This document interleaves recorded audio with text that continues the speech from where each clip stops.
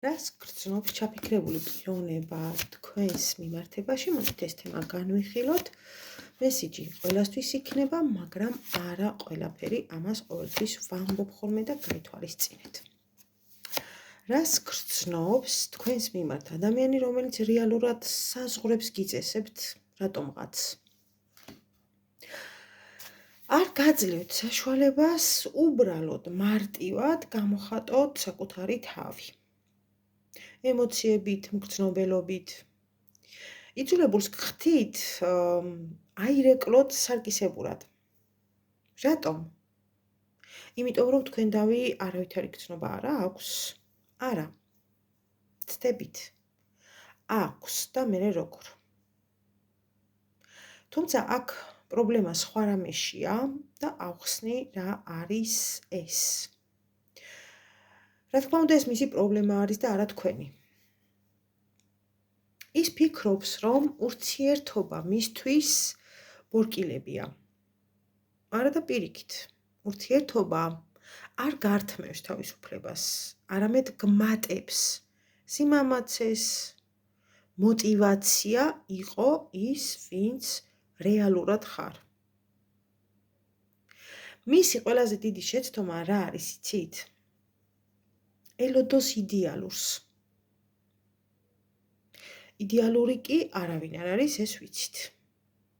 ვარსებობთ მხოლოდ ჩვენივე ნაკლოვანებებით და ღირსებით. რაც ან მიღებული გვაქვს ურთიერთობაში, ან არა. აქ არის მისი პრობლემაც. თითქოს რაღაც ჰოლივუდურ ფილმებში ეძებს ნამდვილ სიყვარულს, რაც თავისთავად ილუზია არის, ხო?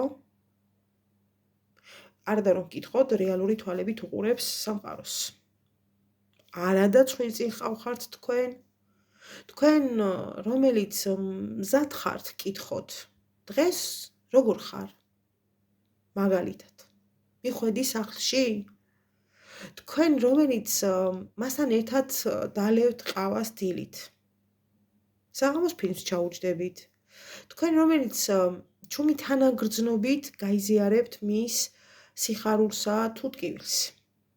აი ეს არის სიყვარული. რადგან საბოლოო ჯამში სიყვარული ეს არის იმედი არ დარჩე ამ სამყაროში მარტო.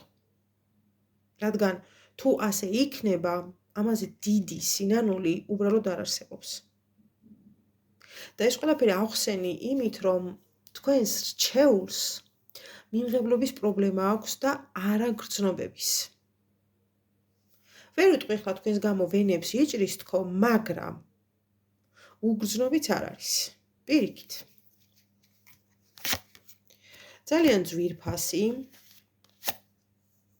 და მნიშვნელოვანი ადამიანი ხართ მისთვის.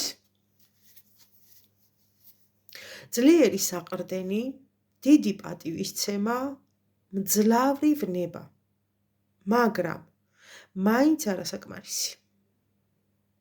ასე რომ არ იყოს, არ იქნებოდა იდეალურის მოლოდინში, ილუზიებში რა თქმა უნდა. ასეთი ადამიანები ხშირად კარგავენ მთვარეს ვარსკვლავების ძიებაში, რაც საბოლოო ჯამში აკარგვინებს მათ ყველაზე ძვირფასს, რაც გაგვაჩნია და ეს არის დრო, რომელიც ჩვენს საწინააღმდეგოდ ბრუნავს და არა ჩვენს სასარგებლოდ. ასე ისინი კარგავენ მთვარესაც და ვარსკვლავებსაც.